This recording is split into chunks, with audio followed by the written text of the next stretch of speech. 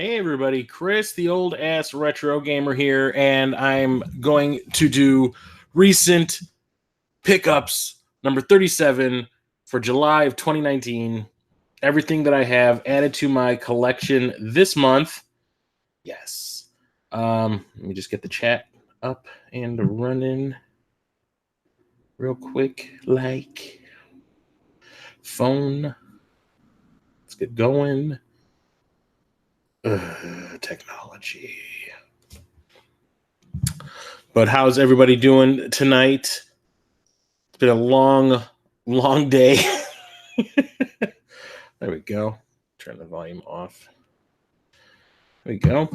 Yeah, it's been a long day. Actually debated taking a nap today when I got home from work. That's how tired I was. But decided not to. Decided to get ready for this. So this is everything I've bought in the month of July. Once again, not a huge amount of games. Like I've said ever since I think May, summer is really bad for me, money wise. Usually have stuff going on with my car. Usually do a little bit of traveling. Friends come to visit. There's just a lot going on.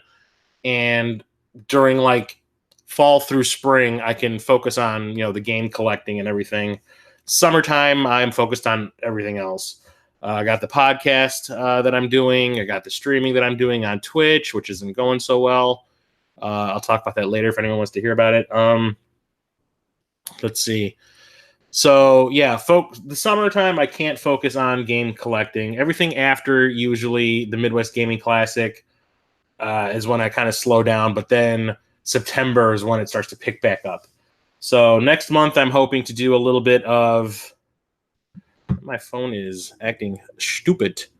Next month, I'm hoping to go game hunting with Captain Algebra and Megadan, and hopefully that will give me more to talk about at the end of August. But for July, I don't have a whole lot. I have, let me see here. 3, 4, 5, 6, 7, 8, 9, 10, 11, 12, 13, 14, 15, 16 things to talk about. Which is way below par what I normally buy, but whatever. So let's get into it. I don't really have anything retro to talk about, or at least big time retro. Everything I have is from like 95 to now. So let's get going. First game is for the original PlayStation. Found this at Half Price Books. I honestly have seen people talking about this online a lot recently. Never see it in public out in the wild. And then go to Half Price Books like usual. Just kind of go there to peruse, see what they've got without really going there with any intention of buying anything. And what's up? What's going on, church? And somebody happens to sell their entire game collection there, and I always end up picking up everything that I don't already own if it's any good. So I picked up The Incredible Hulk, the Pantheon Saga. It's by Eidos. It's a 3D platformer beat 'em up, I guess. I still haven't tried it out. But everyone's been talking about this lately. Every time I go online, someone's talking about it. So I was like, okay, fine. I'll pick it up. It was like $6, I want to say. And even Jason, Corpse Flood Gaming, was talking about looking for this game. And then I just happened to run into it at Half Price Books of all places. But it looks okay. It looks kind of like a better version of Bubsy 3D with the Hulk in it. So we'll see how that pans out once I get around to playing it. Also at Half Price Books, I found a freaking Sega Saturn game. There were actually a lot of these there, but most of them were sports games or things that I already owned. A lot of the ones that I already owned that they had were way overpriced. But this one, I suspect it's because the case is damaged beyond recognition. I'm gonna have to get a replacement for this one. But this was, I think, $20, and I had a coupon for everything I got here at Half Price Books. I had a coupon for 10% off everything. So I ended up picking up a copy of Battle Stations for the Sega Saturn. I know this is also available for the PlayStation 1, but when you see Sega Saturn games in the wild, you pick them up. This is a strategy, I guess, game. It says ship 3D ship-to-ship combat. Get to choose from 8 different ships. 15 different weapons, real-time strategy missions, yes, in the ocean. And it looks pretty awesome. I don't know if it's any good or not. I still haven't played it. I need to hook my Saturn back up to my TV now that I have that RetroTink device and try it out to see actually if it works. Honestly, I don't even remember if I looked at what the disc condition was like. Usually at half-price books, they'll show you, oh, this looks really good. Looks like maybe somebody played it twice. So that's all right. No disc rot or anything in there. So really glad to find Saturn games in the wild. Can't get enough of my Sega Saturn. I love it. Yeah, I agree with you, Matt. Sega Saturn is one of my favorite consoles to collect for. And it's usually when I'm not looking to collect for the Saturn is when I find games. Like when I was at the Midwest Gaming Classic. Had no intention of buying any Saturn games. I ended up getting more Sega Saturn games than anything while I was there, which surprised the hell out of me. But you know what? When you find them, you get them. That's what you do. Also got this at that half-price books. I got all these half-price books games I got at the exact same time, so there was 4 of them. So we got this one and another one. I haven't seen this game in the wild since it was first released. So PlayStation 2, Aqua Teen Hunger Force, Zombie Ninja Pro-Am. What? I was not really out to look for licensed games like this. But I used to be a fan of Aqua Teen Hunger Force. I liked the first 2 or 3 seasons, and then it got kind of craptastic, especially after that movie came out. But this is like putt-putt or golf with Aqua Teen Hunger Force characters, so why not? And it actually looks pretty cool. I mean, the graphics are very representative of what the show looked like. You got Frylock, you got Master Shake, you got Meatwad. That actually looks pretty fun. Written by and starring Aqua Teen Hunger Force creator David R. Willis and Matt Maiellaro. Can't talk, but I'm assuming it has all the voice actors and everything in it. Only problem was I was talking to the person in the game section, one of the employees, and while I was talking, I dropped the game and I kind of shattered the case. So at that point I said, well, I just broke it, so I kind of have to buy it. So, but it is complete and everything. I'll just get a new case for it when I get a chance. No big deal. Looks really fun. And plus Aqua Teen Hunger Force, so that means the sense of humor is going to be bizarre as hell. So, yes. The last game I got at Half Price Books that day was a Wii U game. And I want to say I'm basically done collecting for the Wii U. I have all the games that I really want. I think there's maybe 3 or 4 that I'm kind of like, if I see it, I'll get it. I know one of them is Amazing Spider-Man, the first Amazing Spider-Man game. I have the second one. There's maybe 3 or 4 games. This is the last game I really wanted to get, and I'm kind of done at this point. Or I'm okay if I don't get anything else afterwards. And that is Mario Tennis Ultra Smash. I'm obviously not a fan of sports games. Duh. But the Mario sports games are actually pretty fun most of the time. So I said, yes, I'll pick it up. I think this was $20.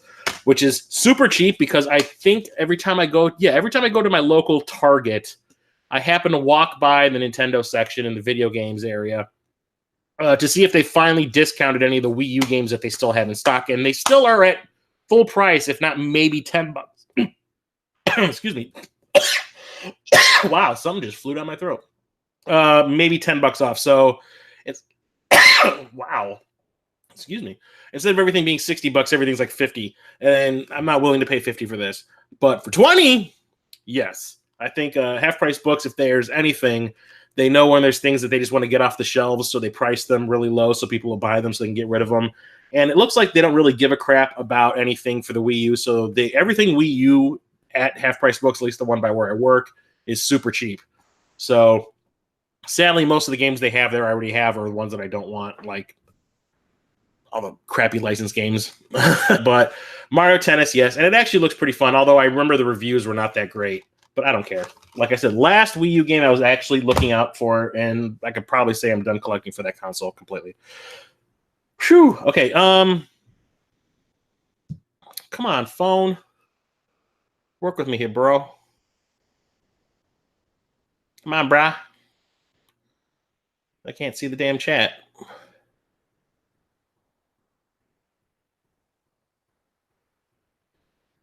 Ugh, I hate technology sometimes. There we go. All right.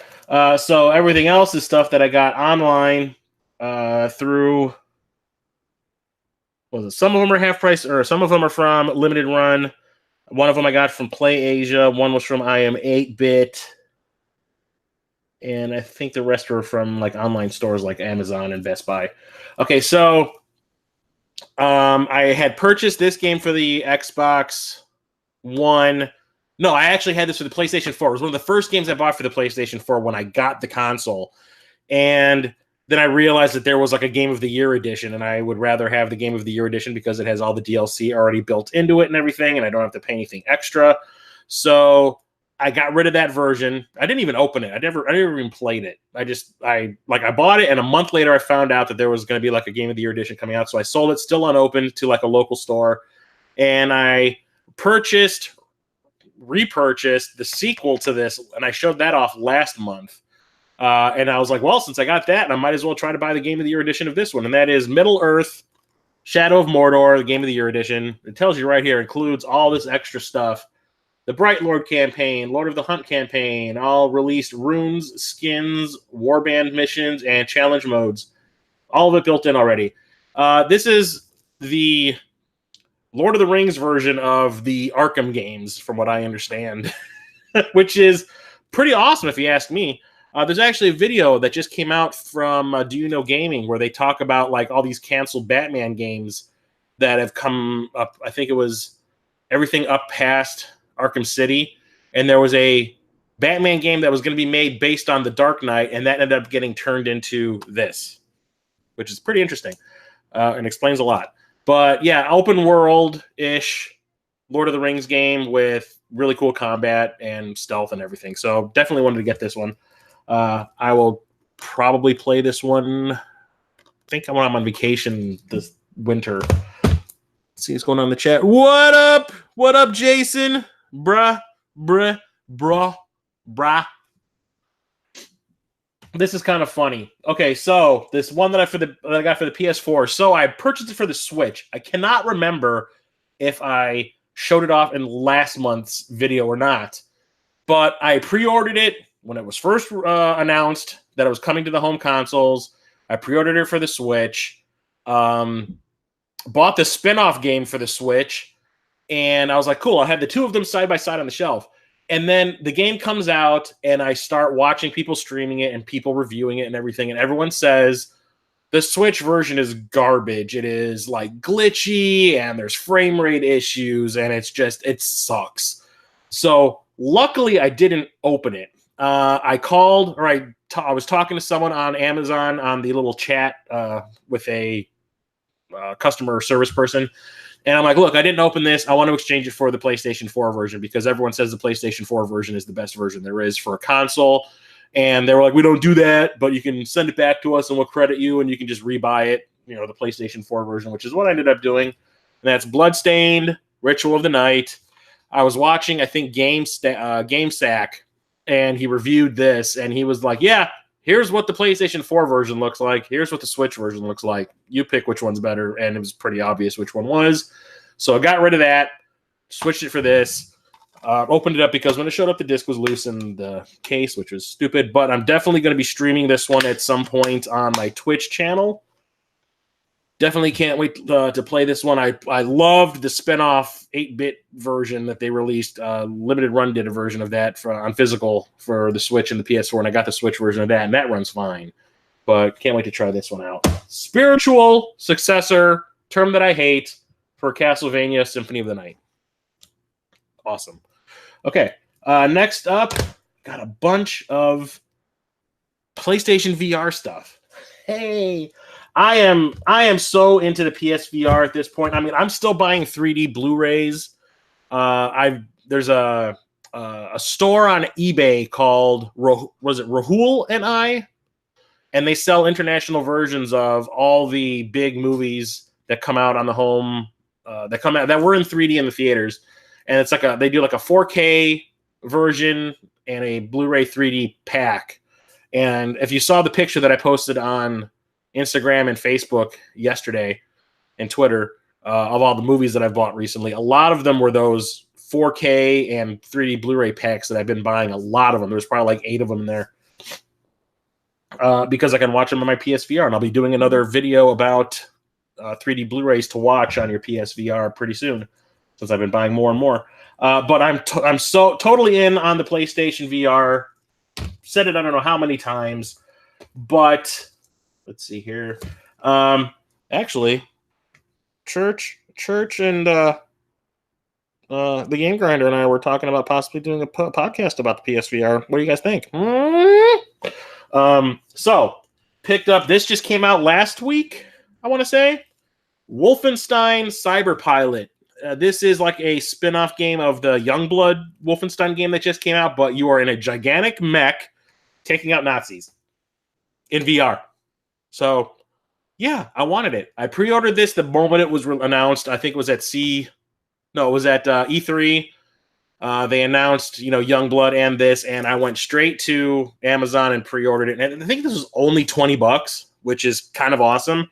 But just look at the back. The back alone just shows like the interior of a mech, and you're just blowing people up in the streets. Yeah, gotta have it. Can't wait to try that one out. Got these two. They just showed up Monday. So these have not been shown off in any of my pickup photos that I put on Instagram and Twitter and Facebook. But I got these from Best Buy. They're doing, what was it? Like they're a Black Friday in July sale type of thing. And I went through all the games that they had for sale, and the prices on some things were just not that great. It was like, oh, we knocked $5 off. I don't care. No, I'm not buying it. I was looking for the stuff that was like dumb cheap. And plus, I have Gamers Club unlocked through Best Buy, which I have that, I think, until Christmas, which gives me, what is it, like 15% off or 20% off the regular price of any game.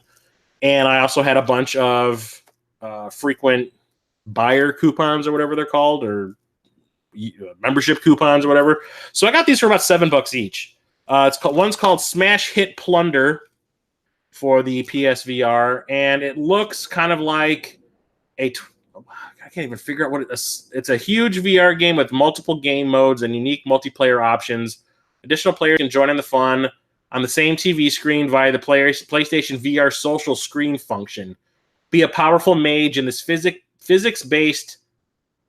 What? Wow, that makes no sense. That is terrible grammar. This physics-based tear it up as you fight ghosts, smash everything in sight, and cause chaos, collecting as much treasure as possible. Okay, Gauntlet in VR. With multiplayer. Let's do it. VR. Yes. And I also picked up Ghost Giant for about $7. This is, I don't know, like, I can't remember what I looked it up. Step into Lewis's world and break the wall between protagonist and player in a highly immersive VR story. Maneuver a unique diorama world by opening roofs, grabbing cars, and rotating a whole house. While you're at it, why not use a crane as a huge fishing rod? Explore the cozy miniature village of Sandcourt and help its citizens with all their quirky problems by using your strength and wits. Experience a heartfelt adventure about friendship, courage, written by an internationally acclaimed writer, Sarah B. Elfgren. So what I am assuming is you are playing as a ghost and you control the hands, because if you look at any of the pictures on the back, can't really see it that well. The character's hands that you're playing as are like right in the middle of the screen like that. And I'm assuming that you use the two move controllers to manipulate things with it. And it looks kind of interesting. VR gives you some really cool experiences. Kind of like this next game. I bought this just because it was VR compatible. Don't really give a shit about what the game is, but I probably should have. But it came from Limited Run. They do random VR games on Wednesdays, not like their normal Friday sell-throughs. Wednesdays are like their VR days, and a few weeks back they put this one up, and I was just kind of like, more VR games, yeah. It's called A-Train. What is it? Express. A-Train Express. It's like Sim Train in VR. Okay. I bought that one. Don't judge me. Okay, here are the other games that I got from Limited Run. These are not VR games. These are just standard PlayStation 4 games. I don't remember what it was about this one that made me want to buy it. I think it was because I saw the name of the company who did this, and I thought it said Annapurna. And pretty much every game that I've seen or played by Annapurna is actually pretty damn good. Like I just played through Donut County last month on my Twitch channel, and that was really, really fun. So I thought this said Annapurna. Actually, it's Akupara. I might be dyslexic. I don't know. We'll see. But I picked up this one called Desert Child. It looks bizarre. It just says a game by Oscar Britton featuring music by him and his friends, like girlfriend material, 666. Well, who gives a shit? Stuff you can do in this game: eat raw fish, work for the dole, quit smoking, throw up, consume FDA-approved beans, rue hunting, get ripped off, be poor, be rich, be Australian, be American, hover bike racing. Okay, I'm assuming it's just like a life simulator type of thing. I don't know, but I remember thinking Annapurna Games, it's got to be kind of cool, and it's not an Annapurna game at all, but we'll see. I'll probably stream it at some point. And this was the one that I was really looking forward to because I love full motion video games, damn it. And I picked up The Infectious Madness of Dr. Decker. I should hold them like this so you can actually see what I'm talking about. The light over here is a little bit better. Yeah, The Infectious Madness of Dr. Decker. It's a full motion video game like Night Trap or Double Switch. What was that one that I picked up from Limited Run a while back where you're in that bomb shelter? I can't remember. A Lovecraftian full motion video murder mystery. You had me at Lovecraftian and FMV. So I will definitely be streaming this one because it looks fantastic. I am a sucker for full motion video games. Love them, love them, love them. And when there's Lovecraft stuff going on in it too, yeah. Okay, so the last three games are for the Switch. Picked this one up at Best Buy last Friday. So I don't know what possessed me to do it. I was just like, I got home from work that day and I said, you know what? I really want that game. So I went to Best Buy's website. I ordered it for pickup at a Best Buy locally, got my discounts and everything on it, ended up paying, I had more coupons, ended up paying $35 for this, and this is about a week old. And that is Marvel's Ultimate Alliance 3, The Black Order. So got it super cheap. I've been wanting to play this for the longest time. I've been waiting how many years since the last one came out. And I tried it out, what was it, on Saturday or Sunday? Look at that. It's even got the Infinity Stones in there. And it's okay. I know Jason, I was talking to Jason about it when I told him I bought it. And he was like, it's good, but there's just something missing from like the other games that I really liked. And you start off playing as the Guardians of the Galaxy, and you take on Nebula and Ronin. And I don't know, it's just, it feels weird to me. Like, I can't see what I'm doing half the time. I can't figure out who I'm playing as half the time. But then again, I was playing it in handheld mode, so that's something. I don't know if that was affecting the way that I was viewing the game or not, basing my opinion off of it. But I didn't get very far. I haven't played it much. I should probably be playing this on my television. But I do believe you can play online with people, which is kind of awesome. So if anyone wants to play a little bit of Ultimate Alliance with me online, let's do it. Let me know. Send me those friend codes, y'all. It's okay so far, but I'm assuming it's going to get better the further I get.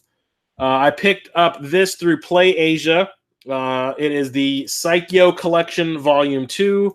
Sarumaru in one of his import streams was talking about the first one in the series, and I immediately went to Play Asia. No, I got it off of eBay. I picked up that version off. I picked up. Oh God, I can't talk today. I'm so tired. I picked up Volume 1 off of eBay right after he talked about it on his stream. It has 4 different shmups by Saikyo, which is the production company. And one of them I think I own on the PlayStation 1. I think it's Soul Divide. But the rest of them are kind of cool. This one has Strikers 1945 Part 2, Gunbird 2, which I already own for the Dreamcast, but I don't have to hook up my Dreamcast to play it now that I've got this.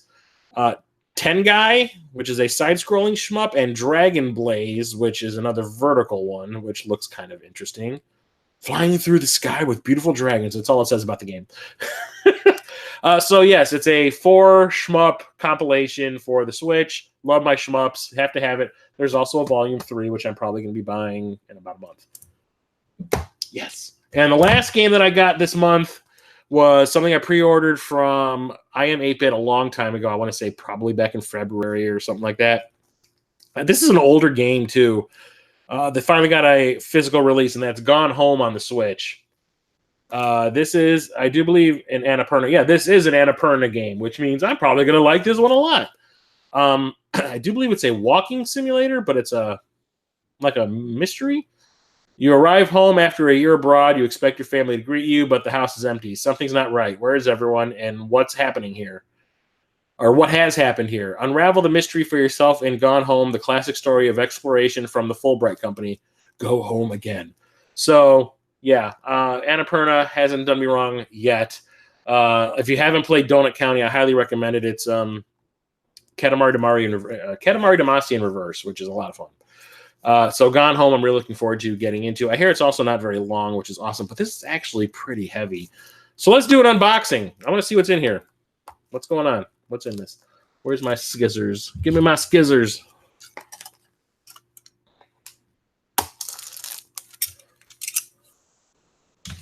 Let's see what's in this sucker. Radical Reggie would be proud of me. It has that new game smell. Oh, it actually has a pretty big, I don't know if this is a manual. Shit, don't drop on the floor and break. Or is this just a poster? I am not sure. Look at that.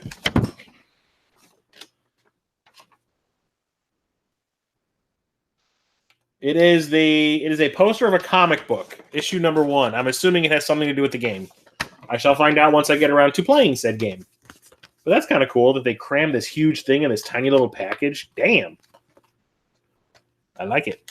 I like when I get stuff like this. Like the Nicalis games that are released for the Switch actually have manuals in them, which I think is fantastic. I miss having a physical manual for my games. So Gone Home, can't wait to try that one out. Last thing I got to show off is actually a device. So we've had some downtime at work recently, and I usually if I know in advance that we're going to have downtime and I don't want to have to take the day off and waste a vacation day, I'll bring my Switch to work. You know, that's what it's designed for. It's supposed to be portable so you can play your console games on the go. The Switch is really big. I don't care what anybody says. It's heavy, it's big, it's bulky, it is hard to carry around. It is not something you can stick in your pocket. I have a carrying case that looks like a man purse, you know, with Legend of Zelda stuff all over it. It's kind of embarrassing, actually. And also, I sit directly across from my manager. You know, if he were to stand up from his desk and take maybe 5 steps forward, he would probably see me sitting on my desk playing this damn Switch. So I need something that's a little smaller, something that actually will fit in my pocket, something that isn't so obvious that I'm playing something at my desk. So I was watching a couple of YouTube channels a couple of weeks back, and John Riggs talked about this little Raspberry Pi device that is super freaking tiny. And it was only $40, and it comes with like the emulators built into it, computer. There's a DOS emulator in there. There's a MAME emulator in there. It has games built into it already, like Quake 1 and 2 and Duke Nukem and Doom. And on top of like an NES games, it has a Lynx emulator built into it and a Neo Geo emulator. And I was like, yeah, dude. All right, dude. Talk to you later, church. So I picked up this thing called the Pocket Go. This was $40. And look how tiny this thing is in my hand. It is beyond small. This is something you can stick in your pocket. So it has a regular old D-pad. It has 4 buttons, kind of like the Super Nintendo. It even has 2 shoulder buttons. It has a start and a select. The power switch is off on the side. It has a... What is that? It has an AV out cable, which I'll probably never use. The USB charging slot right here. It has a microphone or a headphone slot. And there's a reset button on the top. And it also is powered, or it's run by this tiny little micro USB card. And it comes with an 8 gigabyte one, which is really big for what it is, or what kind of stuff it has. And I can put all my games on this little USB card through the included. Did I say USB card? I'm dumb. The memory card. It comes with a USB card slot or a USB adapter, I guess, and you can just stick your memory card in there, plug this into your computer, and dump as many ROMs as you want onto the memory card, which is great. I plan on doing that because right now the only things that are on there right now that I actually have been playing, because I brought this to work twice already. People are like, "What is that?" I was playing Batman on the NES. I was playing the crap out of that. I played Super Castlevania 4 on the Super Nintendo. Super Mario RPG. And it also comes with these replacement buttons for the faceplate, so you can make it look, I guess, like a Japanese Super Nintendo. It has like the colored buttons, like a yellow, a green, a red, and a blue, which is kind of cool. I might do that just for shits and giggles. You're able to remap all the buttons at your whim. Do whatever you want. It's actually pretty cool. Only thing is that I have a problem with is the emulations aren't that great. Super Castlevania 4, I got stuck because I can't remember what level it was. It might be level 3 or 4. It's right before that room that looks like a barrel that spins in the background. There's like these waterfalls that you have to pass behind, and the screen is tiny, and it can't really display transparencies all that well, at least on certain games. And I can't tell if there's a jump I need to do or anything like that because I can't see the platforms I'm supposed to be walking on. So I kept on dying, and I was like, you know what? I'm done. Batman was okay. Batman works okay. Some games are just really choppy. Some games don't look that great. Some games sound terrible. I'm assuming I know when I boot up Batman, it says I'm playing the PAL version, so I have to swap that out with the NTSC one.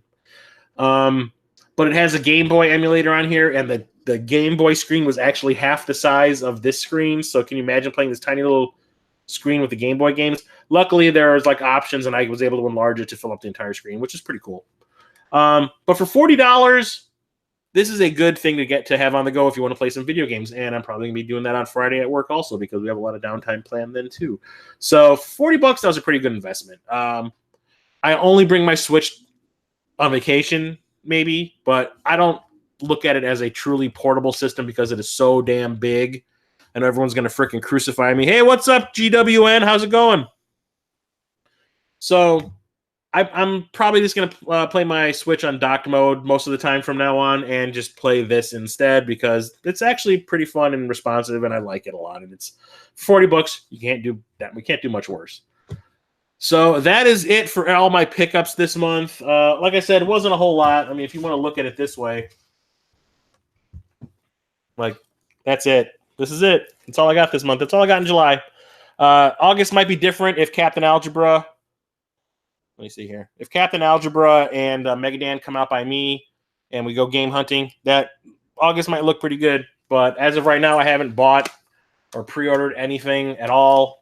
Actually, no. I ordered 2 games super cheap off of eBay because I had some eBay bucks. So there's at least 2 games I know I'm going to be talking about next month. And if anything else that I've ordered through Limited Run comes in. So, yeah, like I said, small month again. But like I said, summer's always bad for me for money. So I want to thank everybody. I am doing pretty good, sir. I'm just tired as hell. But, yeah, another short pickup video, but that's good. People like the short vids. So if you want to watch me on Twitch, I would like to become an affiliate, but it's getting kind of hard because, and I'm going to whine a little bit here. Not that I'm blaming anybody or anything like that, or I'm saying, why aren't you watching my thing? But nobody watches my streams.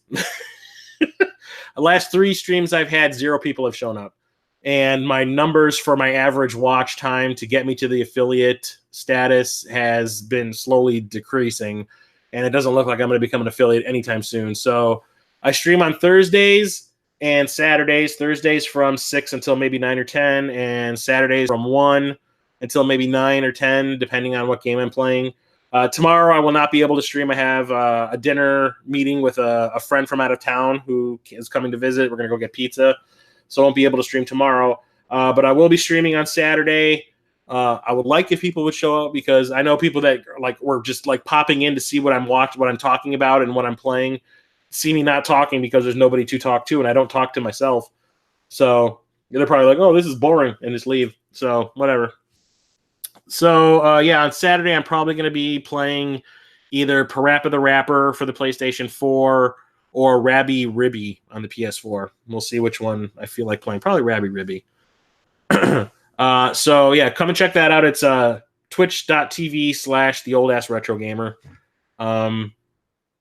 I also have a new Top 3 Tuesday video coming up next week. I've taken these last 2 weeks off because work has been so freaking busy and I have no time or energy to do any editing right now. I also have my Genesis Diamonds in the Rough video. I've captured all the footage. I've filmed me talking. I just need to edit it together. I might have that out by the weekend, if not by next week. And I also have another collaboration video coming out on the channel for movies that would make great video games. Another 10 YouTuber collaboration video. I'm just waiting on one more video from one person, and I can actually start working on that one. So keep an eye out for those. And also go to Jason of Corpse Blood Gaming's channel, because we do tandem Top 3 Tuesday videos each week.